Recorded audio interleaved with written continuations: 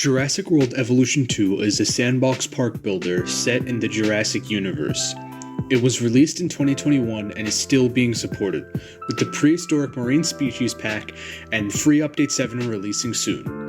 In honor of the update and the pack releasing, this video will explain why Jurassic World Evolution 2, with its unique species, diverse biomes and building tools, and streamlined gameplay, is the definitive Jurassic Park builder for all fans of the series.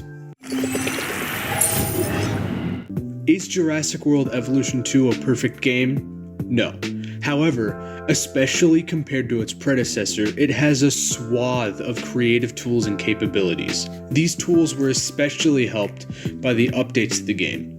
Firstly, Evolution 2's pathing tools are simple but also very versatile. With them you can, of course, link buildings, but most importantly you can make plazas, you can even create art with them. The pathing allows us to add a flare from a bird's eye view. This game wouldn't be what it is without the pathing, as funny as it is to say that. The ability for us to add lagoons, aviaries, and land enclosures allows us to truly create our own versatile Jurassic World. Having these three types of creatures has proven to be a great help to the game, adding some much needed flavor. I personally have created entire parks dedicated to only lagoons, or only aviaries. This game feels authentic and it doesn't feel nearly as restricting as the first. Though the lagoons and aviaries aren't limitless in how to build them, their modular snapping system makes them easy to use and intuitive. But to add on to this, their building system often inspires me to create pathing designs, plazas, and change the general shape of my park around them. They can essentially act as a guide towards your creative process. The different eras provided to us is a godsend. It gives us so much variety, especially when it comes to the theming of parks. The Jurassic Park set gives us that classic vintage feel, the World set gives us a luxury resort aesthetic, the DFW, my personal favorite, set gives us a very utilitarian government feel, the Biosyn set gives us another modern but also utilitarian feel, and the Malta set gives us an entirely different urban aesthetic. I've created many city parks with the Malta building set, of course worldwide Jurassic World and parks, and secret Biosyn facilities. In my experience, using the DFW building set to create networks of sanctuaries across multiple maps has been incredibly fun. And it really takes advantage of the fact that this game takes place in a Jurassic World, not just Las Cinco Muertes. The different building set gives us a whole new paint set to use on this canvas, so to speak. The new maps in this game are simply incredible. They contribute so much to the longevity of the game. The different biomes in this game provide an incredible amount of variety and versatility.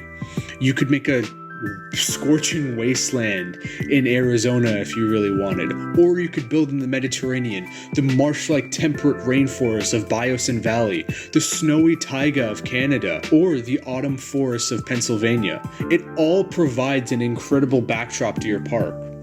Once again taking advantage of the post-Fallen Kingdom setting, the different maps not only let us create parks set in this modern day and age, but also lets us recreate the vastly different settings these prehistoric animals actually inhabited in their reign. The different maps also create a sense of relatability, as you can build in the places that you're used to seeing every day. And finally, of course, I couldn't go without mentioning the wonderful decorations we have in this game. Who knows how many decorations we have at this point, but it gives us an entire new dimensionality to how we design our parks. It goes from simply a bird's eye view to every intricate alley, nook, and cranny. Without the decorations, this game wouldn't be the same, and wouldn't be nearly as good.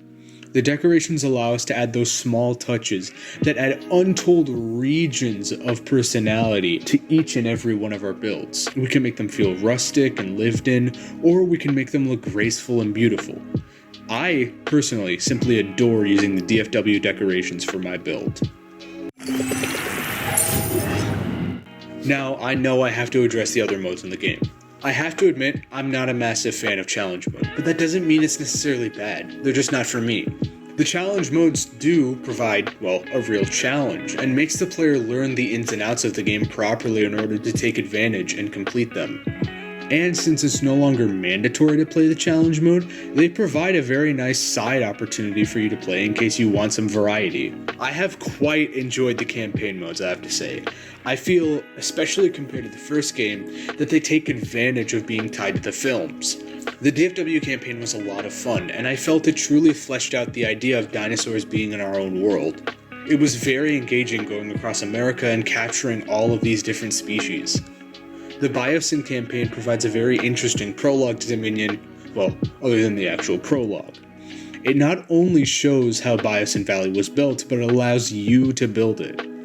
It also gives us more insight into how Dodgson was thinking when he was building Biosyn. The Malta campaign provides a very interesting look into the black market aspect of the world. Interacting with all of these characters, definitely helped by their actors reprising their roles, was a treat for hardcore fans, including me. The creature roster of this game has been an absolute savior for it, no doubt. On its own, the roster is very impressive. A nice range of aerial creatures with full flying AI, as well as the marine roster, getting a much needed boost, truly sets this game apart from the rest. To add on to this, there are numerous feathered species in the game, as well as non-dinosaurs. This is the most diverse and high quality creature roster I've ever seen in a park builder game. These animals feel very lifelike, with the cute and engaging social animations of each and every animal being unique. I'd say that's quite an impressive achievement with how large this game's roster is.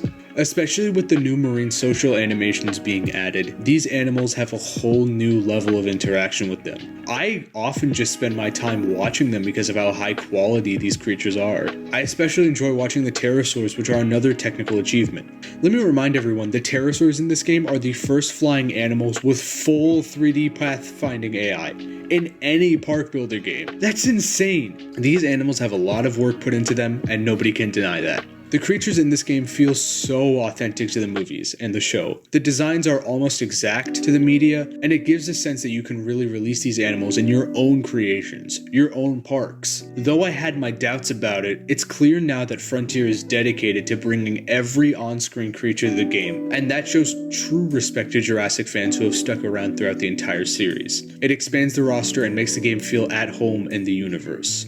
This is a Jurassic game. The animals in this game are so high quality, unique, and authentic, they're the main reason I keep coming back to the game. That isn't to disregard everything else I've said, but it just goes to show how well Frontier has done in making sure these animals are worthy to put in our park. The scope and freedom of the building tools and maps allows us to build an authentic Jurassic World. The campaign mode allows us to bask in the story of Jurassic World. The challenge levels allow us to manage a Jurassic World. And most of all, the animals in this game allow us to make our Jurassic World. This game still has potential and can keep going strong for a few more years. I'm very excited for the future of this game, I have to admit. And all of this is why Jurassic World Evolution 2 is the best Jurassic game.